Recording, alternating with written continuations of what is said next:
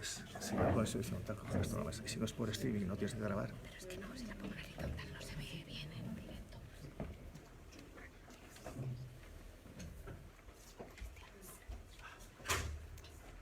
Muy buenas noches para todas.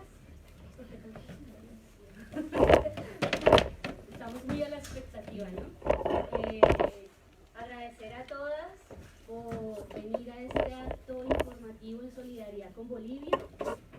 Realmente quiero señalar que dentro del público, pues no me esperaba, veo bastantes personas de distintos sectores sociales, de distintas organizaciones políticas también, porque esto demuestra realmente el grado de interés que tenemos por el tema de Bolivia, de lo que está sucediendo allí, el grado de interés que realmente vamos a conocer el día de hoy a primera mano de la situación de allí y mostrar una solidaridad de este país hermano que ha enfrentado un golpe de Estado. El golpe de Estado de Bolivia que ha supuesto un duro golpe, pero no solamente para el pueblo boliviano, sino también para todos los pueblos que anhelan, que ilusionan, que tienen una ilusión y una esperanza realmente en Latinoamérica, que hoy se manifiestan, no solamente en Bolivia, sino que se manifiestan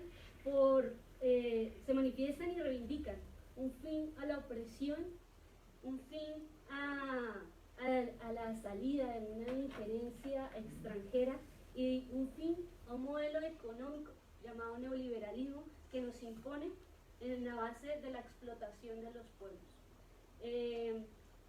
Como nos dijo hace poco el expresidente Lula, y que estuvo recientemente liberado por un encarcelamiento injusto, el golpe de Estado en Bolivia supone una amenaza, una grave amenaza para todos los pueblos latinoamericanos y que sienta un precedente terrible. Hoy nos acompaña un compañero, Jorge Ramiro Tapias, ex embajador de Bolivia en España, al que ha hecho un gran esfuerzo por estar aquí, por acudir, y quien nos va a exponer en primera mano la situación social y política que atraviesa su país. Por otro lado, también nos acompaña Nora, que hace parte de la comunidad boliviana de Raíces en España, a los cuales deseamos pues ofrecerle nuestro apoyo, nuestra solidaridad en estos momentos tan difíciles por los que está atravesando Bolivia. Reiterar nuevamente esta variedad de personas, de organizaciones sociales que se encuentran aquí, que realmente nos estamos despertando con ese interés y que realmente creemos que es un momento en donde la ofensiva de la reacción en Latinoamérica es más importante que nunca, una unidad y una solidaridad que se requiere en este momento con mucha fuerza y que llama la atención.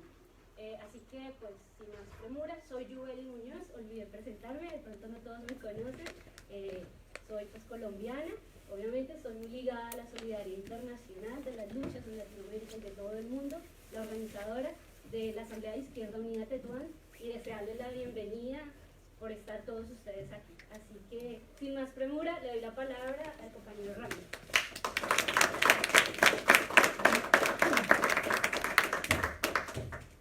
Bueno, yo me voy a parar para poderlos ver porque a lo mejor también ustedes no me ven. En primer lugar, muchas gracias por la invitación. Estamos muy contentos de poder participar acá con ustedes.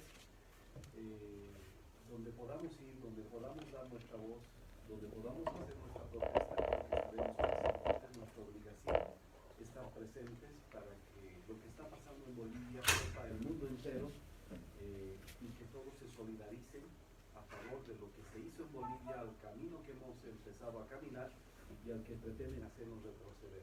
De antemano les decimos que los bolivianos no vamos a retroceder, no vamos a dar un paso atrás y en este caso queremos la solidaridad del mundo.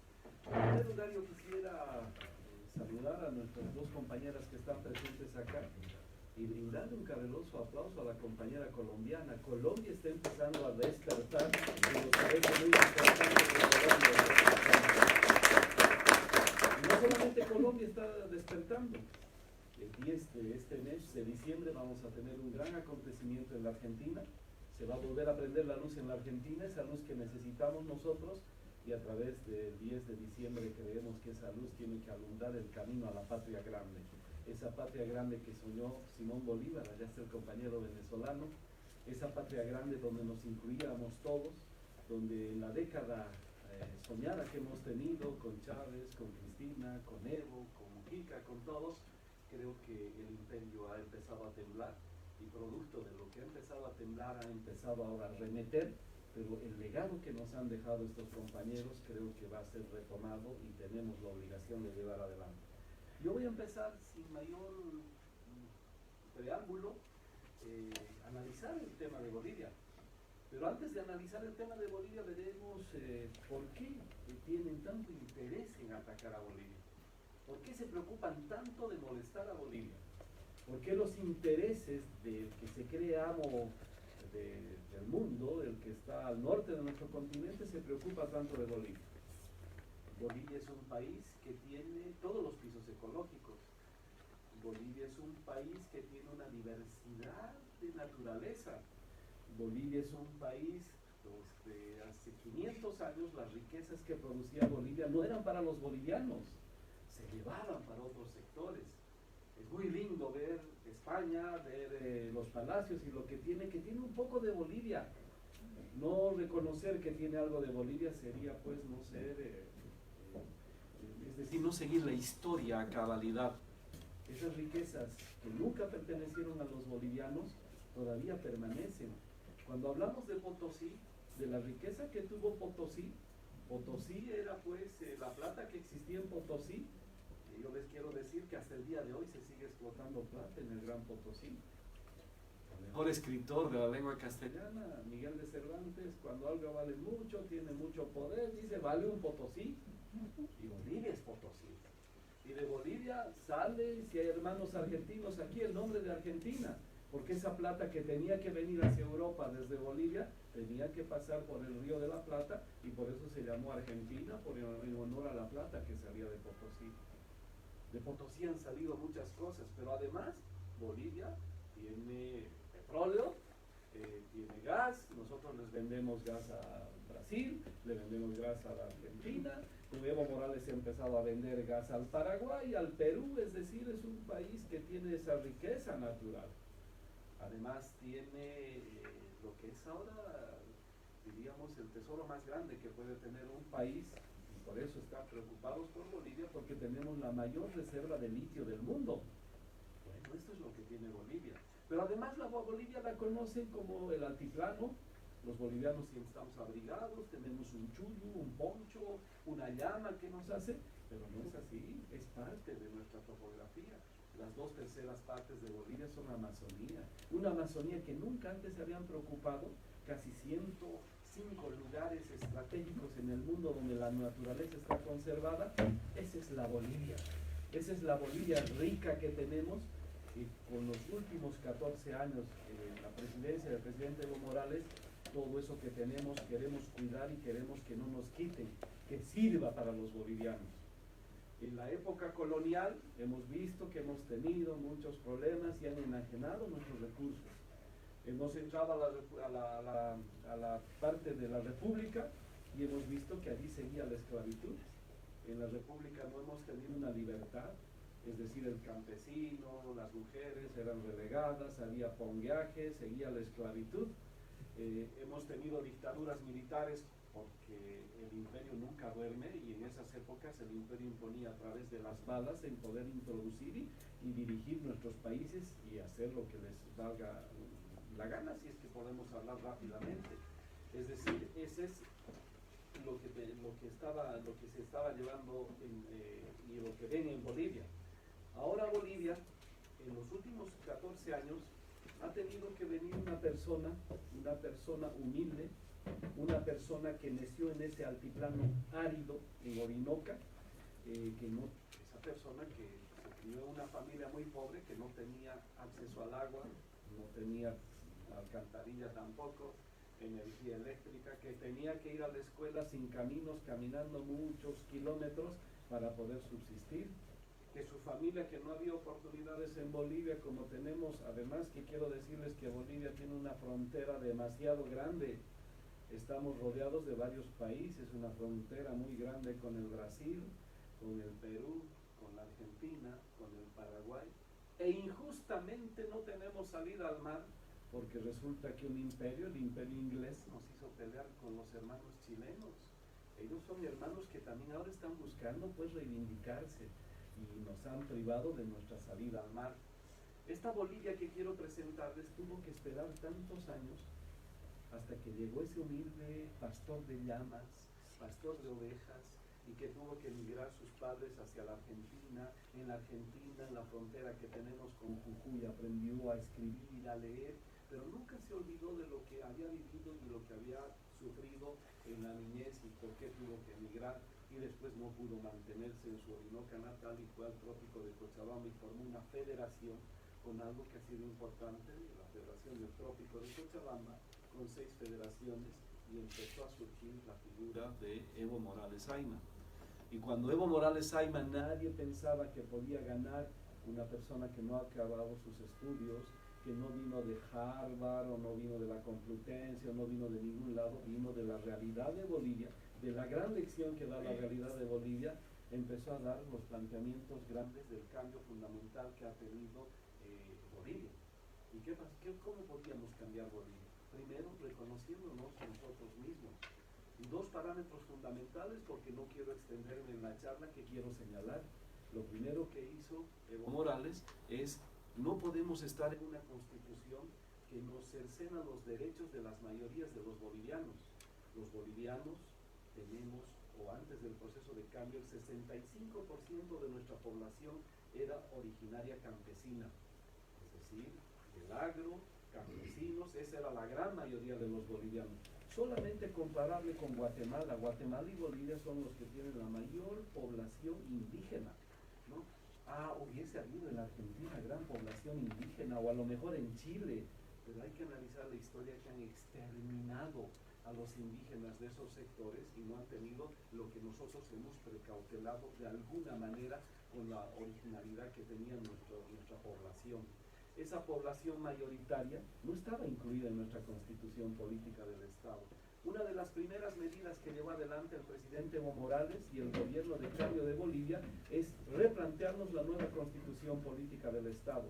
Y al replantearnos la nueva constitución política del Estado, teníamos que incluir a 36 nacionalidades que nunca las habían considerado y empezar en esa diversidad de nacionalidades, hacerlos participar, y en esa diversidad también unirnos y participar conjuntamente.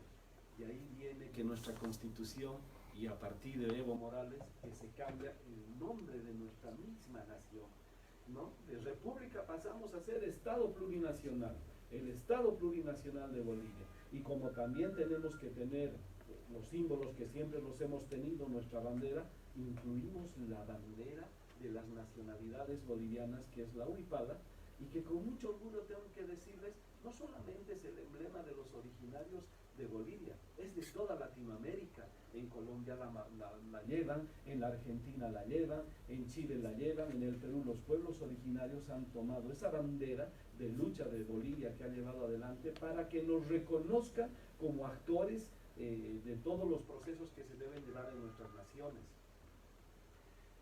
Eso ha cambiado y por eso somos un Estado plurinacional. ¿Saben qué, hermanas y hermanos, como decimos los bolivianos? Hemos cambiado nuestro léxico. Nosotros ya no nos llamamos compañeros, no nos llamamos hermanos, porque todos somos similares. En la plurinacionalidad también estamos incluidos los que son descendientes de españoles o los de croatas y de donde sea. Es un conglomerado de cosas donde no excluimos a nadie.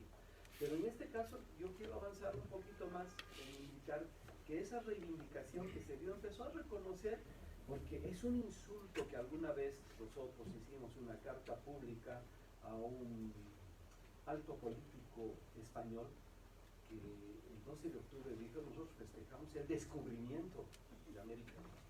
A nosotros nadie nos ha descubierto. Nosotros vivimos con nuestros ancestros, con nuestros saberes naturales, y muchas de las cosas que tenemos deberían más bien copiarnos, y los han hecho porque teníamos cultura, teníamos tradiciones, teníamos saberes, y que en este caso no podían decirnos que nos han descubierto. Nos Nos han contestado esa vez una carta con algo que ha dado vueltas, pero nunca hemos estado discutiendo este tema que nos gustaría tratar. No les vamos a faltar el respeto, solamente queremos que se diga la verdad. Nosotros, en este cambio que hemos realizado con la presencia del compañero Evo Morales, hemos también reconocido nuestros idiomas. Teníamos una lengua propia, 36 de lenguas propias que tenemos en Bolivia, además de las 36, las principales que se hablan en algunos lugares, tanto del oriente como del occidente. Y eso también está constitucionalizado.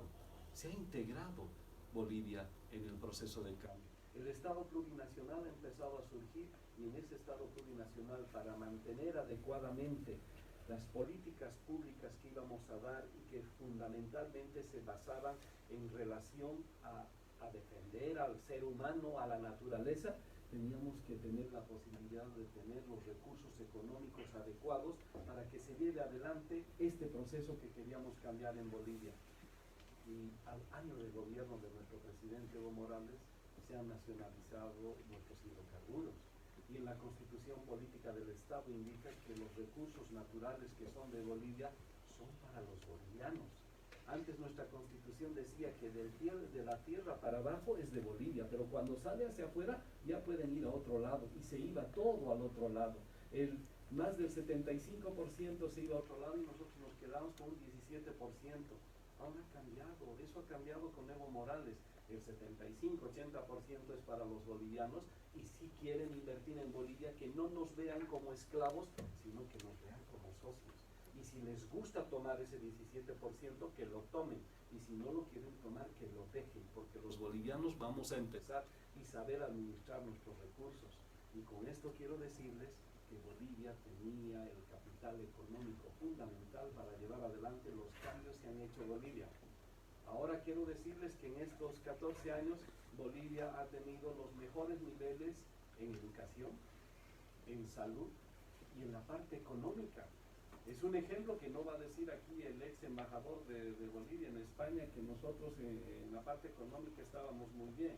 Lo dice la CEPAL, lo dice el Fondo Monetario Internacional, lo dice el Banco Mundial. Nosotros hemos subido nuestros ingresos económicos, el salario mínimo hemos subido el 300% para los bolivianos.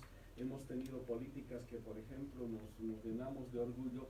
Es uno de los únicos países en el mundo que los ancianos de nuestro país, nuestros abuelos, tienen una renta universal. Todos nuestros abuelos reciben una renta universal. Y fíjense qué grande que ha sido Bolivia, porque un originario campesino que vive de la agricultura nunca ha recibido un cheque por lo que trabaja, nunca ha recibido un salario fijo que le den al mes, sino producto de su trabajo tenía que recibir lo que le podían dar o lo que podía recibir. Pero ahora el Estado se hizo cargo de eso y tenemos una renta universal para todos esos sectores. Y como les digo, también parámetros internacionales ven lo que ha sucedido. Esto es lo que le molesta al imperio norteamericano y a sus aliados. Quieren a Bolivia porque no quieren a Bolivia porque Evo permanezca en el gobierno o porque quieren nuestros recursos, quieren usufructuar lo que tiene Bolivia.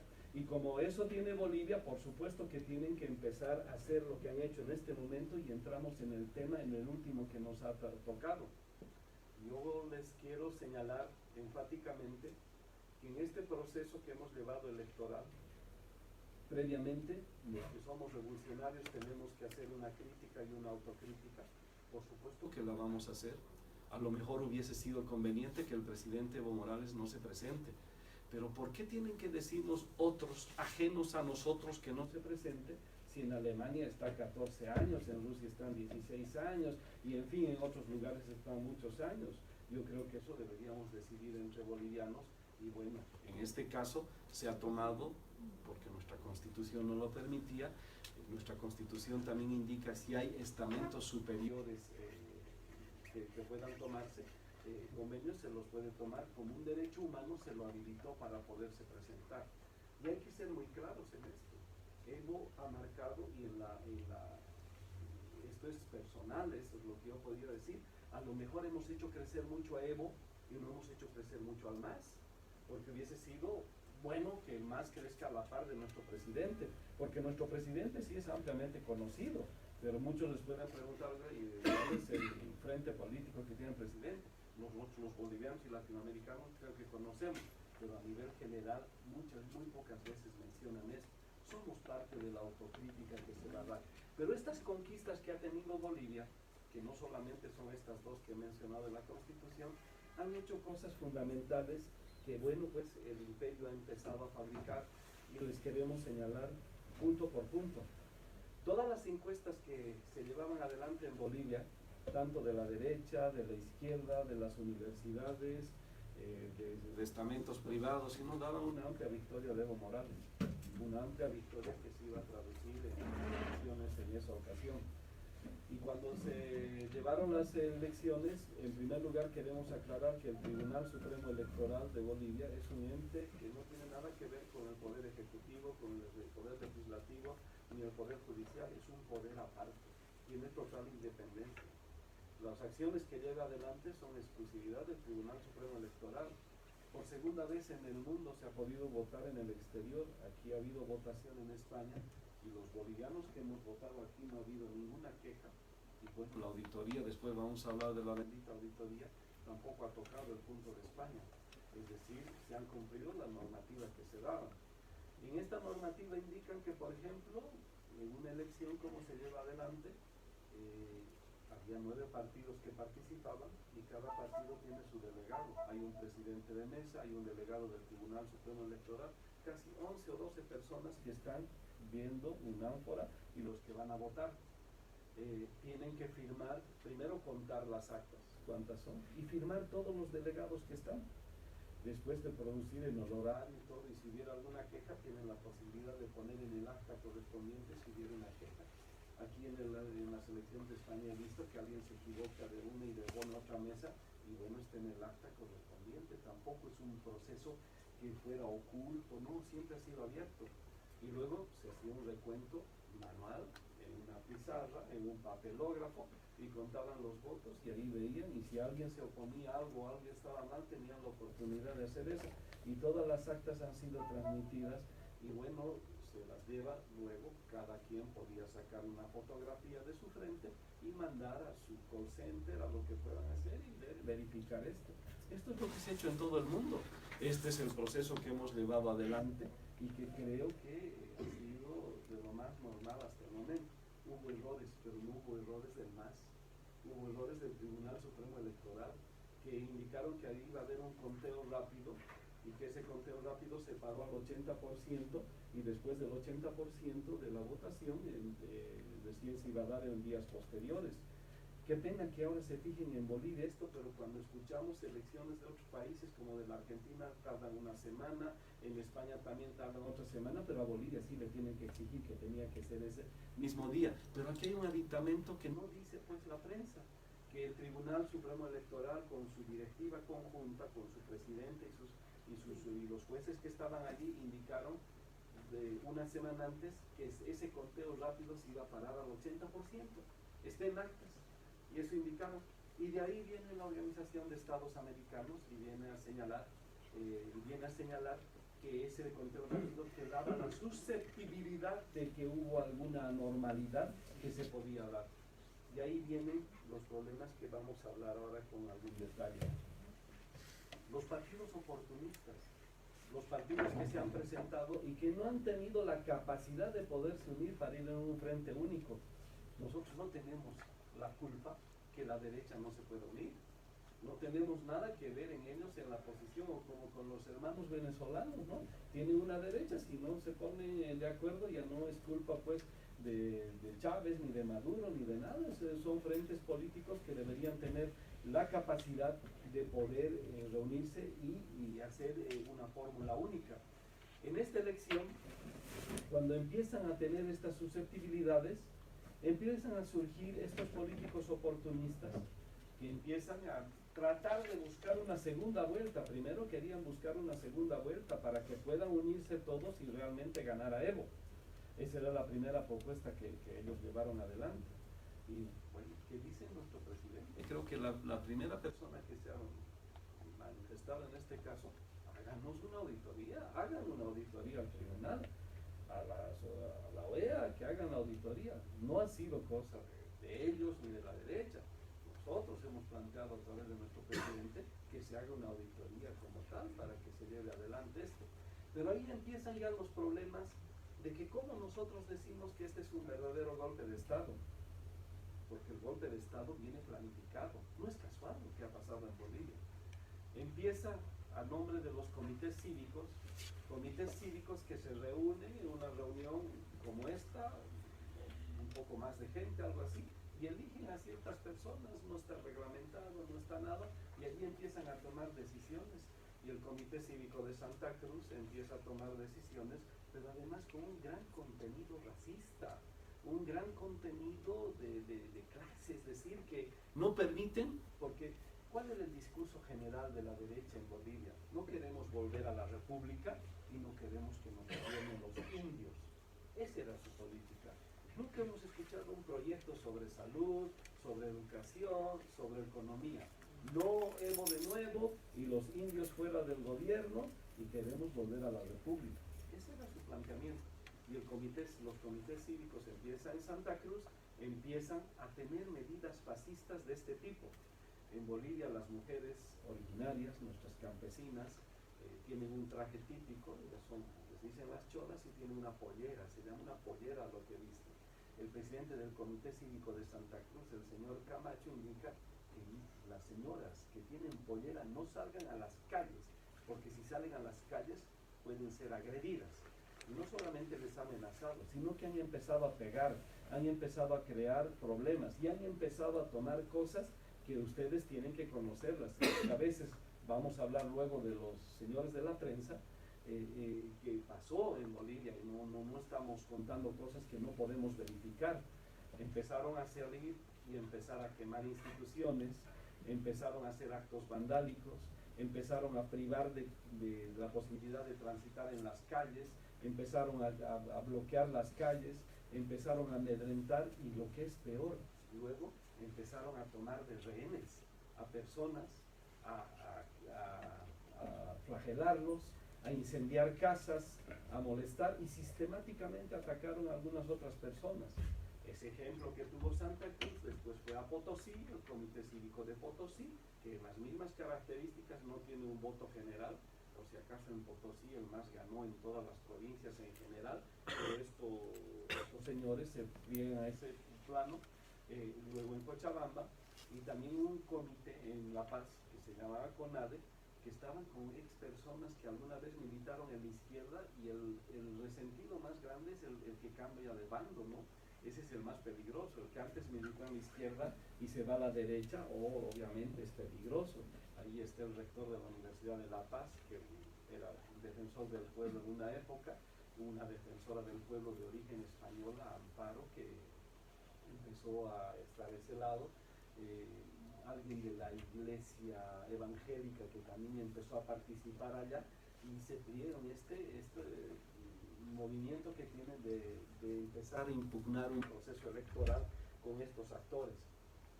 Queremos señalar que esto no fue lo único que empezó a exacerbar los ánimos en general, pero luego empezaron algunos otros actores a participar, que esto ya vemos que el golpe de Estado ya se estaba llevando adelante, porque en las renuncias que se hacen, no hacen pues renuncias, no hacen vejámenes solamente a las cholitas, a los originarios campesinos, sino luego empiezan a tomar a ministros de Estado, a ministros del gabinete de Evo Morales, al ministro de Minería le secuestran al hermano, le queman la casa y le obligan a firmar su renuncia.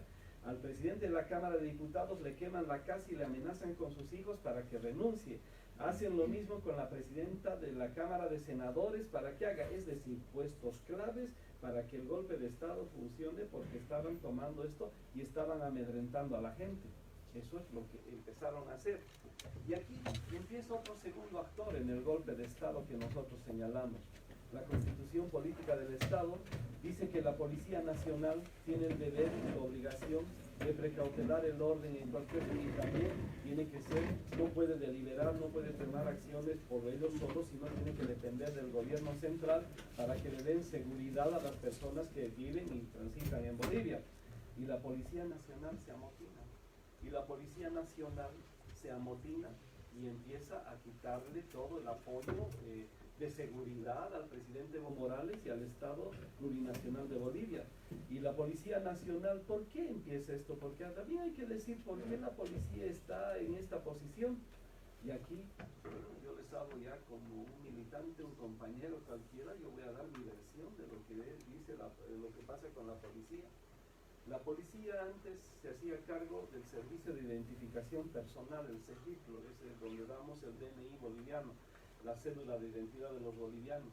Y en esa ocasión, cuando manejaba la policía, aquí hay algunos bolivianos que veo y si miento me corrijan, por favor. Cuando uno iba al servicio de identificación personal para sacar un DNI, tardaba 3, 4 días.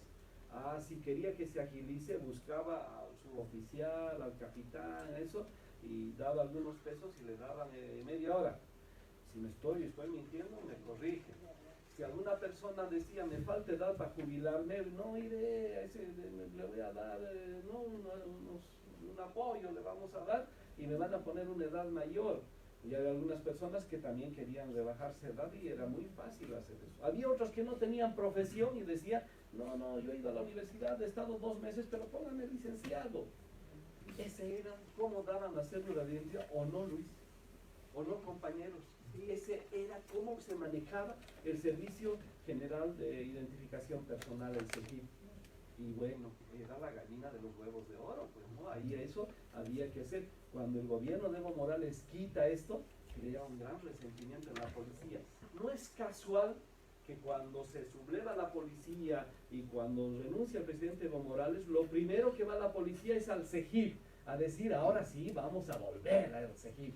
Y esa es una causa fundamental de que la policía ha tenido esa posibilidad, esta determinación de quitarle el apoyo y la seguridad al presidente Evo Morales, ¿no?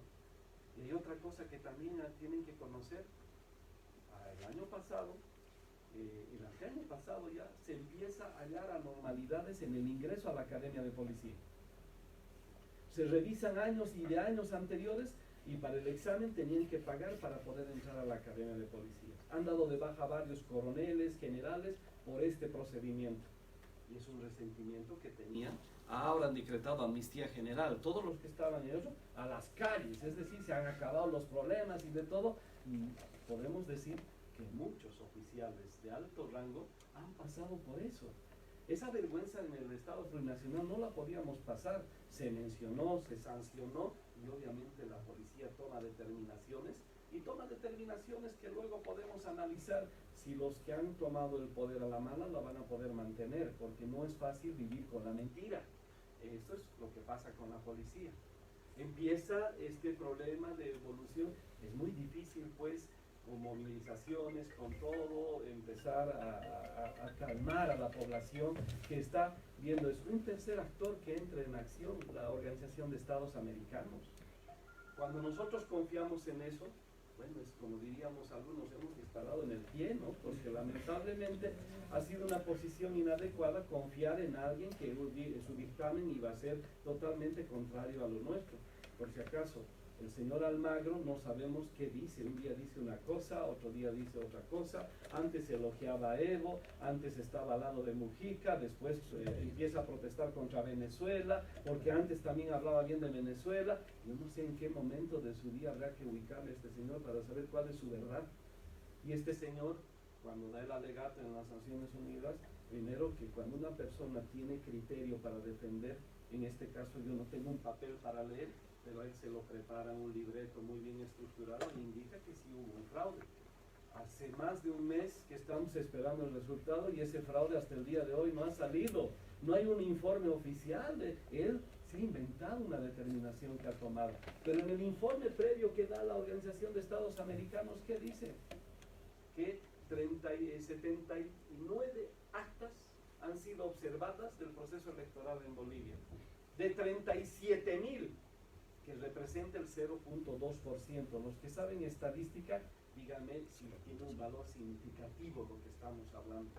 Si esas actas que sacaban fotografía, que tenían firma, pueden quemar las papeletas, pueden hacer todo, pero el acta existe. Y solo están observadas 79 actas de 37.000. ¿Dónde está el fraude? Pero la OEA participa en esto. Y cuando la OEA participa en esto, entra un actor, el más macabro, en mi criterio, las Fuerzas Armadas de Bolivia. Las Fuerzas Armadas de Bolivia, que con el presidente Evo Morales han tenido el total respaldo y el total apoyo. Se han fortalecido económicamente, los militares todos tienen acceso a vivienda, tienen un seguro médico diferente, tienen todo para que no se puedan quejar. Es más, es el único sector en Bolivia que se jubila con el 100%, es decir, acaban de ser generales y ese es su sueldo hasta que se mueran les va a alcanzar, cosa que no sucede con otros. Por supuesto es un error, es un error. Estamos diciendo que vamos a hacer también autocrítica. Esas Fuerzas Armadas que además tienen reglamentos y alguna vez se han variado los reglamentos, porque lo más doloroso de esto es que el comandante de las Fuerzas Armadas, el comandante en jefe de las Fuerzas Armadas, indica que bueno, era amigo personal de Evo desde su juventud, ¿no? Pero resulta que el momento que tiene que apoyar, le dice que le sugiere, por no decirle que le exige, que renuncie. Y bueno, este es el panorama que les mencionamos. Pero esto lo podemos decir ahora con mucho orgullo. El presidente Evo no ha renunciado porque le diga a las Fuerzas Armadas, porque le diga o le quite el apoyo a la policía, o porque los cívicos quieran molestarle. Ha renunciado porque nunca Evo Morales pondría un tanque contra su pueblo, porque nunca Evo Morales tendría que matar a su pueblo, y por no haber derramamiento de sangre, Evo Morales ha tenido que dejar sus cargos, porque no nos podemos manchar nuestras manos con sangre de nuestros hermanos. Por eso ha tenido que dejar el cargo, porque no iba a permitir eso. Y cuando él renuncia, vienen los otros actores que aparecen después, unos actores que, bueno, nosotros tenemos los 2/3 de la Asamblea Plurinacional de nuestro Parlamento, y su renuncia del presidente Evo debería ser considerada en la Asamblea Plurinacional para ver si es aceptada o no es aceptada. No se puede reunir la Asamblea Plurinacional porque están las Fuerzas Armadas, la policía, y sistemáticamente si eres del MAS no entras, no les permiten entrar. Había renuncias de nuestros compañeros obligados. Si el golpe estaba planificado, nuestra presidenta del Senado renuncia porque ella iba a ser la que debería hacerse cargo. De la Cámara de Diputados también lo hacen renunciar y no había posibilidades. Y aparece una señora, bueno, es muy difícil decirle señora, una persona que dice que su partido sacó el 5% de la votación en las elecciones, que era vicepresidenta de eso, que tenía epítetos que están publicados contra los originarios campesinos, que protestaba de nuestra huipala, que protestaba de los ritos que hacen nuestras comunidades amazónicas para hacer sus ofrendas, y esa es la persona que va y sin escrúpulos toma el poder, y el poder que ni siquiera tiene el decoro de saber cuál es la Constitución, el reglamento mínimo, la ética o la moral para poder tomar el primer cargo del gobierno de Bolivia, la presidencia de Bolivia. Lo primero que debería hacer es verificar si había quórum para tratar. Eso dice el reglamento de la Cámara de Diputados y de la Cámara de Senadores. No toma lista. Si ustedes han visto las fotografías, es que las 2 últimas filas estén así todavía intercaladas y el resto no estemos. Y ellos tomen la determinación. No había el resto de los parlamentarios. Pero además no tienen el decoro de llamar al quórum reglamentario, pero al margen de no llamar al quórum reglamentario, directamente se proclama. Es decir, no considera la renuncia del presidente Evo Morales. Debería considerar la renuncia del presidente Evo Morales, o aceptar o no aceptarla. Segundo, que debería considerar la renuncia de la presidenta de la Cámara de Senadores, porque hasta ese momento él indicaba que renunció ante las cámaras de televisión, pero no había una nota escrita que haya ingresado allá con sello, con recepciones, no había nada de eso. Pero los abogados leguyelescos que ellos tienen indican que eso ya es de hecho y que valía esa simple renuncia que se daba. Y ella se proclama sola. Es la primera vez en la historia de Bolivia que se proclama sin quórum, sin las renuncias correspondientes, y bueno, todo el ejército afuera, con tanquetas, con seguridad, va al palacio y ahí se verifica el golpe de Estado, porque el que le pone la banda presidencial es el comandante de las Fuerzas Armadas de Bolivia. Él es el que le coloca la banda. E inmediatamente ya vienen los cambios que ustedes han visto y han tratado y que nosotros indicamos y al mundo entero decimos, si eso no es golpe de Estado, ¿qué es? ¿Qué podrían decir que es eso? ¿No? ¿Qué? ¿No? La derecha se rasga las vestiduras, no, no es golpe, que ha habido fraude, que ha habido esto. El procedimiento que han hecho ellos, ¿qué era? Pero además hay otra cosa. Ellos deberían tener el gobierno única y exclusivamente para llamar elecciones. No tenían por qué hacer otra cosa. Pero ¿qué empiezan a hacer este gobierno? Lo primero que hacen, y en esto hay que ser muy claros, la policía, que se dio la vuelta, que sabe, en mi criterio, por qué era, porque yo asumo mi responsabilidad, es mi lectura. Lo primero que hace, no queremos ser Estado plurinacional, no queremos una huipala. Y gente de la policía se tapa el rostro porque, bueno, algo de vergüenza deben tener, ¿no? Y queman la huipala, públicamente. En el centro de la Plaza Murillo, en la plaza principal de Bolivia, queman la bandera. Grave error de ellos, porque el pueblo aymara se ha levantado, el pueblo aymara no organizado, espontáneamente esos compañeros del trópico de Cochabamba, de Potosí, de Sucre, marchan hacia La Paz y el Alto de La Paz, por su reconocimiento a nuestro símbolo patria, se levanta. Y cuando se levanta, ustedes saben, y lo que vamos a hablar ahora, ¿qué es lo que pasa? Ya no hay diálogo, ya es dictadura. Golpe de Estado y ahora vamos a la dictadura. ¿Qué dice su ministro de gobierno? Ahora va a empezar la cacería a todos los del MAS. Ahora dice solo era Juan Ramón Quintana. No, a todos. Pero ya empezó la cacería antes. Pero van a continuar con la cacería. Viene su ministra de Comunicación y ha habido, primero interviene en el canal estatal, los medios de comunicaciones que hablaban bien del proceso de cambio de Bolivia. Y lo que es peor, periodistas extranjeros son perseguidos, son expulsados y no les tratan de hablar. Y la ministra de Comunicación, ¿qué dice? El lenguaje de la dictadura. Primero, el ministro de Gobierno empieza la cacería. Desde hace mucho tiempo que no escuchábamos esas palabras. Y después la ministra de Comunicación indica, los periodistas que hablen contra esto van a ser sometidos por sedición. O sea que alguien que habla la verdad es sedicioso. Y así se instaura este gobierno. Y así empiezan las movilizaciones con la autoconvocatoria de los compañeros que protestan porque nuestro emblema ha sido quemado. ¿Y cuál ha sido la respuesta de este gobierno? ¿Por qué atropellan al gobierno? Es un golpe de Estado, se está instaurando una dictadura, y en la dictadura lo que hacen cuando protestan nuestros hermanos, empieza una matanza. Hasta el día de ayer hemos tenido 34 muertos en Bolivia. En 2 semanas de gobierno, que digan que no es golpe y no es dictadura. Bueno, ¿qué estamos haciendo nosotros? 34 muertos, miles de heridos. Están miles de personas privadas de libertad. Y aquella persona que pueda hablar, la hacen persecución. Ayer llegaron periodistas argentinos, personalidades argentinas a verificar lo que está pasando en Bolivia. Fíjense cómo les han tratado. Les han empezado a tomar declaraciones.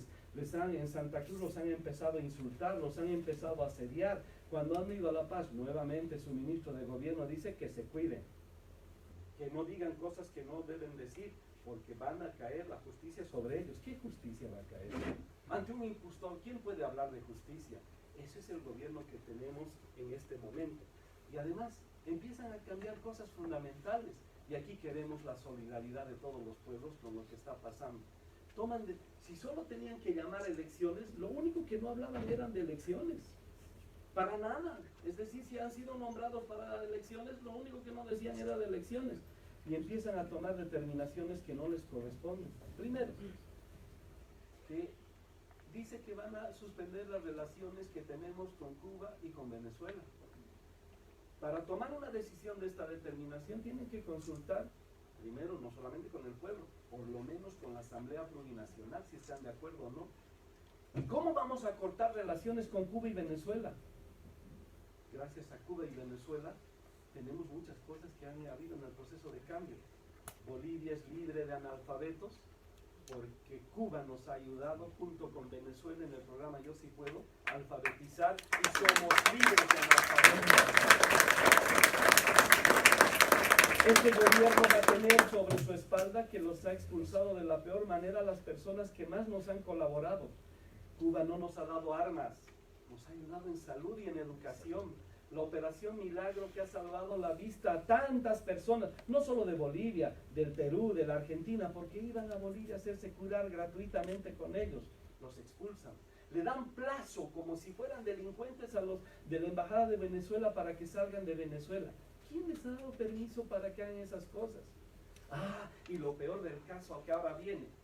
Al principio les he dicho que hay un señor en el norte que quiere tomar las decisiones y que quiere, pues, nuestros recursos naturales, quiere litio.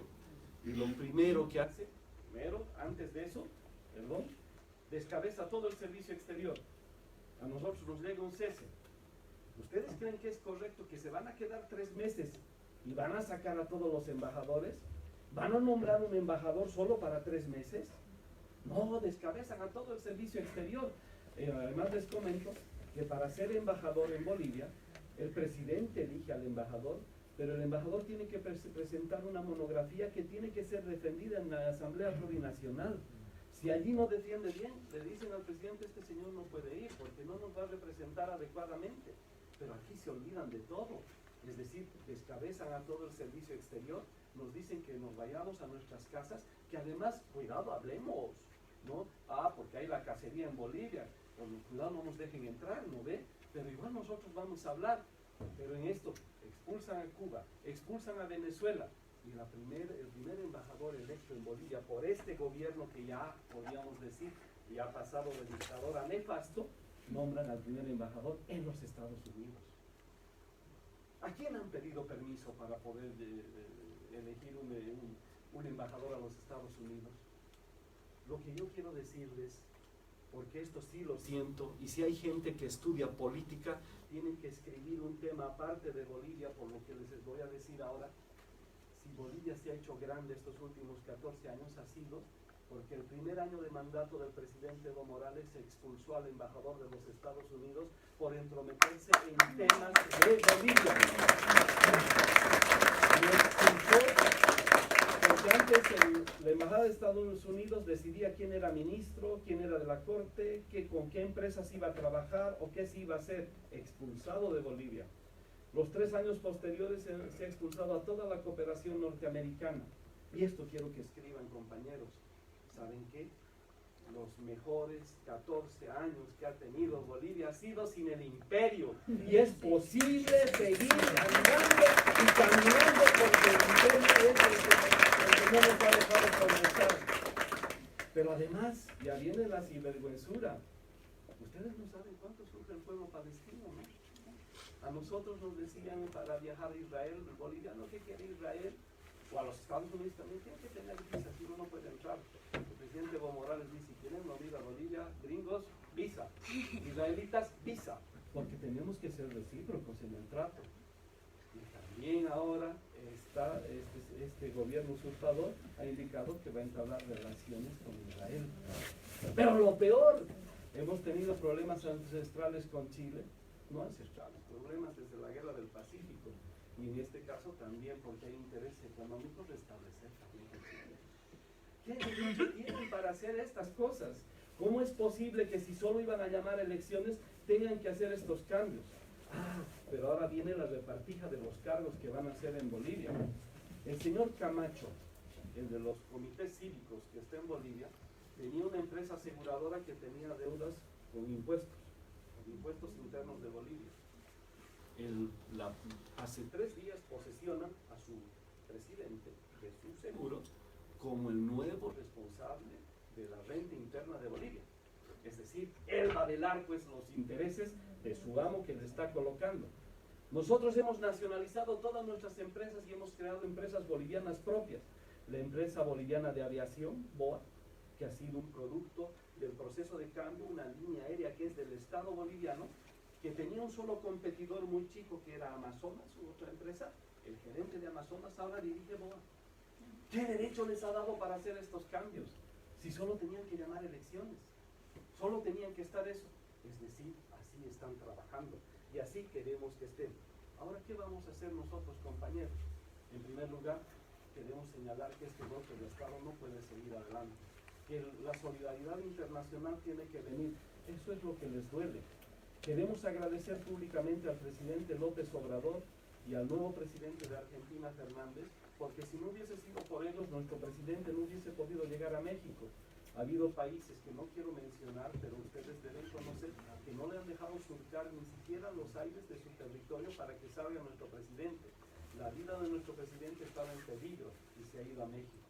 Y en México nuestro presidente, cada que va a charlas, a conferencias, es bienvenido porque el mundo entero lo quiere.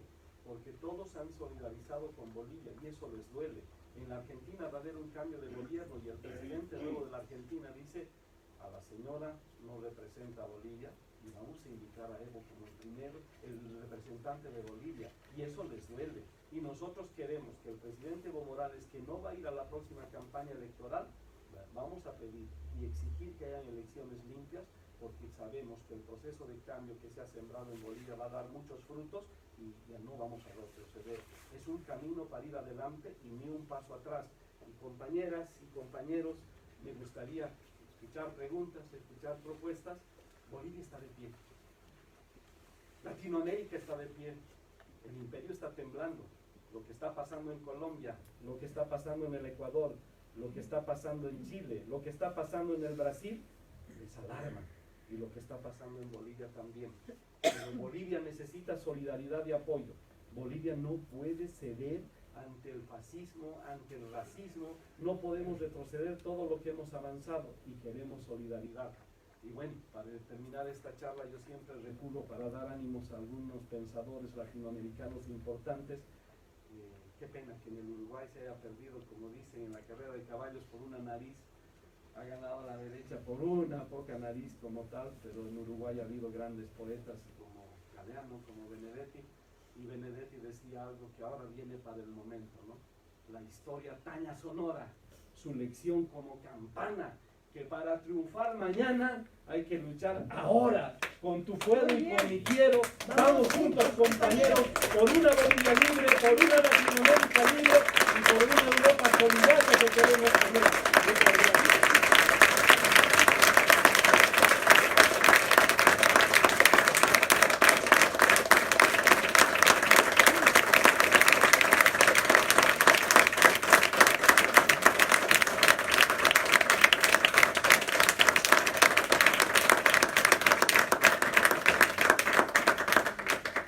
¡Allá, Bolivia! Bolivia nunca de rodillas. Nunca. Nunca. Bueno, palabras más emotivas y argumentativas de Ramiro. Hasta me ha movido a mí también el piso. Me da pena ajena de mi gobierno. Definitivamente es triste. Pero efectivamente Colombia está con Bolivia. Estamos despertando. Ahí está el pueblo en lucha también. Y para mí es una esperanza que los pueblos están despertando en Latinoamérica y que seguro con la unidad vamos a vencer. Ahora le voy a dar la palabra también a una compañera que viene del movimiento social, representante de la comunidad boliviana aquí en España, de una de las organizaciones de la comunidad boliviana, Raíces, que es Nora, y nos va a hablar también un poco de esa lucha del pueblo boliviano aquí en España y obviamente lo que ha tenido que enfrentar aquí en Bolivia.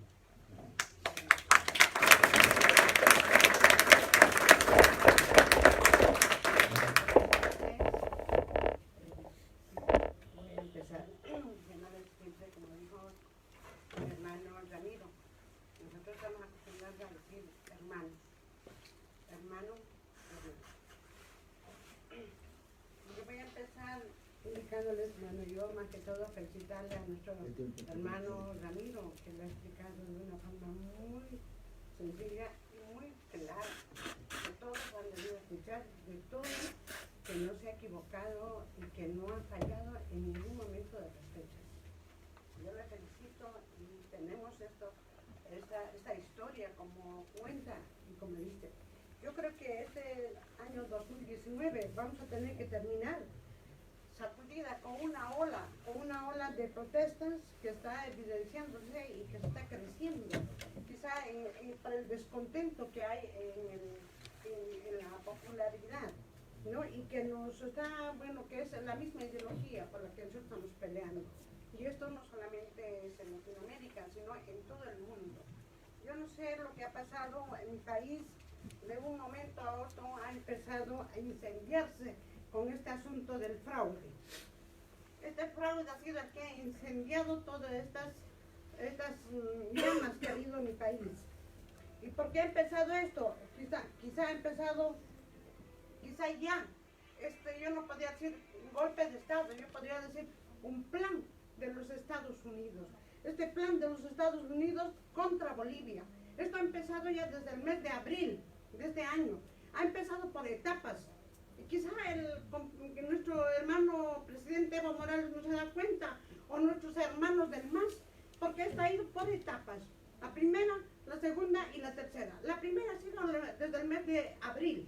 Abril hasta junio han empezado ya quizá a venir y a decir, a entablar relaciones ya con ciertas organizaciones. Y la segunda etapa ha sido donde ya ellos han querido han generado esa convulsión con los comités cívicos, como decía el hermano Ramiro, con los comités cívicos, con los movimientos sociales. Empezaron ya a entablar relaciones. Esa fue la segunda etapa donde ya el imperialismo estaba viendo este asunto. Y quizá con el decir Bolivia no, digo Bolivia tal, ya empezó en todos los departamentos de mi país. Son 9 departamentos, y bueno, 10 con el litoral que lo hemos perdido. Y la tercera etapa, pues, supuestamente, era el fraude. Ya se ha hecho ese fraude. Y ese fraude, ¿cómo ha sido? Lo han orquestado, podría decir. ¿De qué forma lo han orquestado? El fraude ya venía desde allá. Y resulta de que cuando dijo que se va a hacer las elecciones, muy bien, la OEA ha dado podríamos decir, ese contrato, y colaborar con la Corte Electoral para que contrate un sistema donde vaya a contar los votos rápidos. Y era el sistema TREP y otro sistema que era el CERESI, y esos serán privados. ¿Y quién los ha recomendado? Ha sido la misma OEA. ¿Quién ha fallado con los votos? Han sido estos sistemas. Entonces, ¿qué podemos pensar? ¿Qué podemos decir? Dice Almagro dice, vamos a nosotros a acudir a quién. ¿Qué van a acudir? Él dice que este fraude, este golpe de Estado ha sido por el mismo oficialismo.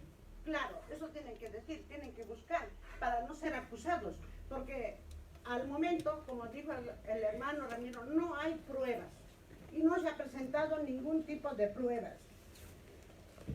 Y también quiero decirles de que los extranjeros aquí en Bolivia miramos desde acá hacia Bolivia, como ya ha contado, de que hay una terrible persecución. Los movimientos sociales están espantados, están asustados. Los movimientos, toda la gente quizás boliviana, porque es increíble, los han matado como animales. Los han ido dando unas metralletas como animales. Y el mismo ministro de Justicia y el ministro de la Presidencia dijo de que aquí hay personas extranjeras, porque no puede ser que un boliviano vaya y lo mate a metralla hacia toda la ciudadanía. Hay extranjeros, hay francotiradores. ¿De dónde han venido esos francotiradores? ¿De dónde han venido esas balas? Cuando ha estado decepcionando todas las pruebas, los han presentado, todos eran de Made in USA. ¿Dónde nosotros vamos a reclamar? ¿Qué es lo que vamos a hacer? ¿Qué hacemos nosotros desde aquí? No podemos hacer nada. Y han debido notar ustedes que toda la población, toda Europa no ha reaccionado al momento. Y no está reaccionando al momento. Seremos claros. No estamos. Ahora sí, recién se da cuenta. En Chile ya no tenemos con esos problemas. Colombia, Perú, ¿qué otros países? Todos los países de Latinoamérica. Entonces esto nuevamente está reviviendo, como se dice, y como ustedes lo conocen, el Plan Cóndor. El Plan Cóndor de los años 70 y está reviviendo eso. Y entonces ya no lo están haciendo, lo están queriendo sacar. Y ya ha empezado con Brasil, con el Laufari, que lo llaman. Ustedes conocen cuál es el Laufari, y eso lo van a hacer a nuestro presidente Evo Morales. ¿Por qué? Porque van a buscar pruebas de donde sea, como narcotraficante, como él ha incitado para este fraude.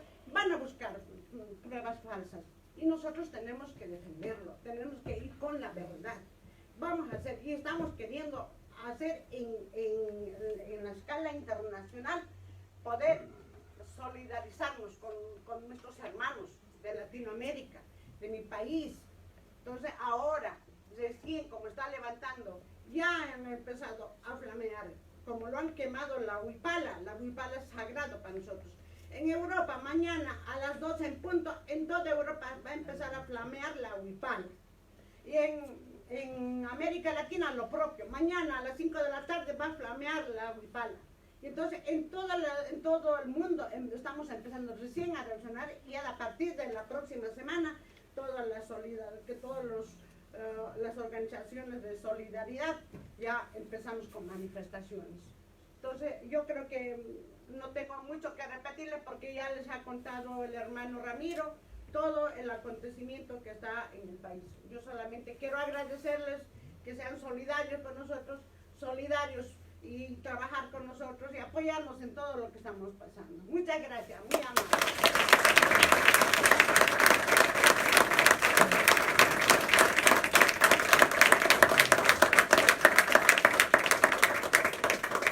Bueno, pues hermanas y hermanos, les queda a ustedes las palabras y las preguntas que desean hacer.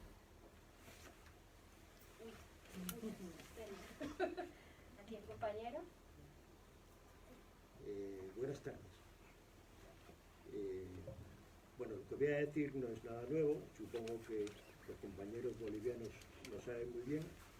Estados Unidos está preparando para toda América Latina un plan Cóndor, como el de los años 70. Yo creo que aquello que ocurrió en los años 70 nos tiene que servir de lección para podernos organizar. Tienen un problema, o no, Bolivia tiene un problema como lo tiene Ecuador, lo tiene Perú, lo tiene Argentina también, el mismo problema, etc. Y este problema es el siguiente, y es que el ejército de estos países ha pasado por la Escuela de las Américas. En la Escuela de las Américas les han enseñado a los militares cómo se tortura, cómo se dan golpes de Estado, les han educado en el anticomunismo, etcétera, etcétera. Y en los años 70, todos los triunfos que tuvieron los golpes de Estado fueron consecuencia de que lo organizaron y lo prepararon desde Estados Unidos juntamente con los militares de estos países que habían pasado por la Escuela de las Américas. Esto no puede pasar en Venezuela y no puede pasar en Cuba. Por eso estas dos revoluciones yo diría que son casi inexpugnables. ¿Y por qué lo digo? Porque los militares de Venezuela y los militares de Cuba no han pasado por la Escuela de las Américas. Y por lo tanto, los militares de estos dos países van a defender sus revoluciones. En Venezuela se ha demostrado ahora, con el acoso del imperialismo de Estados Unidos al pueblo y al Estado de Venezuela, no han tenido ningún éxito. ¿Por qué? Porque el ejército de los Estados Unidos ha apoyado a su gobierno elegido democráticamente. Ese es un problema que tienen los demás países latinoamericanos. Pero es evidente que ya tenemos aprendida la lección de los años 70, cuando se dieron aquellos golpes de Estado. Por lo tanto, hay que estar prevenidos y organizarse. Nada más. Gracias.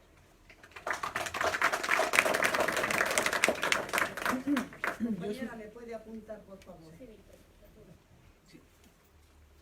Lo mío es una pregunta muy concisa, pero más que nada, por si tenéis vosotros información, pues yo obviamente he seguido el proceso de Bolivia con estupor, pero no tengo todos esos datos. No me ha sorprendido, evidentemente que no, porque evidentemente tiene toda la pinta de una planificación a largo, como comentaba la compañera. O sea, no me ha sorprendido el no respaldo de... Me preguntaba un poco por ahí, es decir, son dos preguntas. Una es, ¿qué respaldos ha tenido el gobierno de Evo Morales, aparte del que conocemos de México y Argentina? Si es que, como saben, es un país europeo porque respaldo o que de alguna manera se haya posicionado en contra de lo que ha sucedido. otra pregunta es